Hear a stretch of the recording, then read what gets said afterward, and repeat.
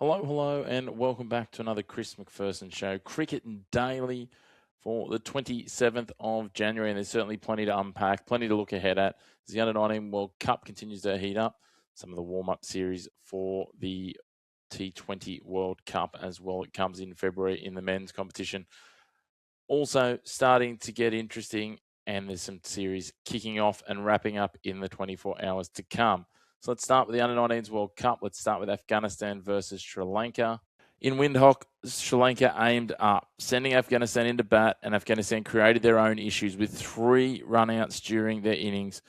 It was littered with starts that weren't capitalised on. A partnership between Osman Sadat, who got 61 off 107, and Azizullah Mayakil, who got 43 from 58, was the most notable contribution of the innings for the Afghans and gave the scoreline some semblance of respectability as the Afghans really struggled to deal with Sri Lanka's spinners. Never able to get on top, Afghanistan were all out for 193 in the final over of their innings, which he thought was well short of a competitive target and should set Sri Lanka quite well. Viran Chamaditha, 2 for 20 from 10, and Chamika Hinatagala, 1 for 19 from 8 were the standouts with the ball for Sri Lanka. When we switch to the Sri Lankan batting innings and solid knocks without taking it away from the Afghan bowlers, the headline of a composed chase for Sri Lanka as they set the tone through 2 key partnerships that bookended their innings of 50 plus for the 2nd and 6th wickets respectively. Sanuja Wekanagonda was the anchor for the first with his 43 from 79, while Hinatagala paired with Dulnith Sagera for the second to steer Sri Lanka to within striking distance before the side strode past the target in the 47th over to win by 4 wickets with 19 balls to spare. This result's key in the mix of the Super 6 stage here at the Under-9s World Cup because it puts Sri Lanka level on 4 points alongside Afghanistan and the West Indies and opens the group up with 2 games to play for each of those sides as all 3 teams fight tooth and nail for a semi-final berth. We move on to England versus Bangladesh, and England have put in a dominant display against Bangladesh to keep their momentum in the Super 6 stage and continue to try and put one foot in that semi-final berth. After winning the toss and electing to bat first, Bangladesh got off to a steady start, which saw them sitting at 2 for 71, before a constant flurry of wickets, thanks to pressure bowling from the English bowling attack, saw them lose 8 for 65 from there to be all out inside 29 overs for 136. Sebastian Morgan led the way with 28 for 3 from 7 overs, while all 6 of England's bowlers contributed with at least 1 wicket. England made relatively short work of the chase as they reached the target 3 wickets down inside the 25th over, headlined by their captain and wicketkeeper Thomas Rue, who struck 59 not out from 50 deliveries to steer his side home and sit them on top of the Super Sixes Group 2 for the time being. And it sets up a potential blockbuster match with India in the coming days, with the winner likely guaranteed a semi-final berth. The result also means Bangladesh are now almost all but out of contention for those semi-finals. They would need to win both their remaining games and have every other result go their way to have some chance of stumbling through. Finally, while we're at the Under-19s World Cup, Scotland took on the USA in the 16th place playoff fixtures, and their horror finish to the World Cup got worse overnight. At one point, it looked like they were going to advance through to the Super Sixes only a few days ago, but they were beaten into the 16th place playoffs by the USA after being eliminated on net run rate from those group stages thanks to that tactical nous of Pakistan who maximised their own position. Scotland fell to these repechage games. And in this one, the Scots won the toss and elected to bat first, while Theo Robinson's 83 from 101 set the tone. Consistent wickets from there on, with only Manu Saraswat with 41 making an additional contribution of note, saw Scotland all out on the final ball of their innings for 236. It looked like it might be a defendable total, but it was certainly right in the contest. For the Americans, Ritvik Apidi with 4 for 54 and Rayan Tak with 3 for 37 from 10 overs each were the pick of the Americans. In response, the USA, headlined by Adnit Jam, won in a canter as Jam racked up a century batting at number 3 with 116 not out from 93 deliveries. He's ably assisted by his captain, Utkarsh Srivastava, with 52 at a runner ball as the US chased down the target with 7 wickets in hand and 68 balls to spare. They certainly saved their best performance till last here in the Under-19s World Cup. So well done to the USA. Commiserations to Scotland. who stumbled to fall equal last in this tournament alongside Tanzania. Before we move on to the games ahead, Ireland and Italy wrapped up their T20 series, and Italy certainly looked like they took the lessons of Game 2 and implemented them in Game 3. After restricting Ireland to a total of 154, which was headlined by their opener Paul Stirling's 45 from 38, Italy managed to bowl Ireland out in the final over of the innings and set themselves a chase of 155. The pick of the bowlers for Italy were Krishan Kalagamaj with 3 wickets and JJ Smuts and Grant Stewart with 2 each.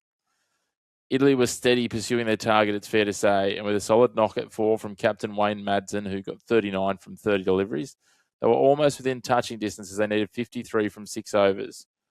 But a couple of little stumbles late in the innings meant they needed a finishing punch, and that was found in the form of all-rounder Grant Stewart. He blazed 33 from 19 as Italy took 42 runs from the final 2.3 overs they faced as to steer themselves to a 4-wicket win with 3 deliveries to spare, to take a little bit of pride out of this 3-game series, which Ireland had already sealed. Meaning that after the series' 3rd game, this one is wrapped up at a 2-1 series win to the Irish, and we look forward to seeing more of both of these sides in the World Cup. Ireland still with some more matches to play in the lead-up, another series to come. Speaking of things to come, let's go to the look ahead, and let's start with the Under-19s World Cup. 2 matches to play tonight. We start with New Zealand up against Pakistan, and this is a huge game here as New Zealand need to win essentially all 3 games after only bringing through 1 point and a disastrous net run rate of -6. Obviously, a lot of that was not of their doing. Their 2 winnable pool games were washed out, and the 1 game that did go ahead in some format was their match against India, who, as we know, are the tournament favourites. We'll talk more about them in a moment. Pakistan, they were solid in the group stage, and we'll know a win here could set up a huge clash with India, their neighbours, and potentially an opportunity for a semi-final berth there. This is the perfect platform for their stars. Ali Raza and Samir Minhas to lead the way.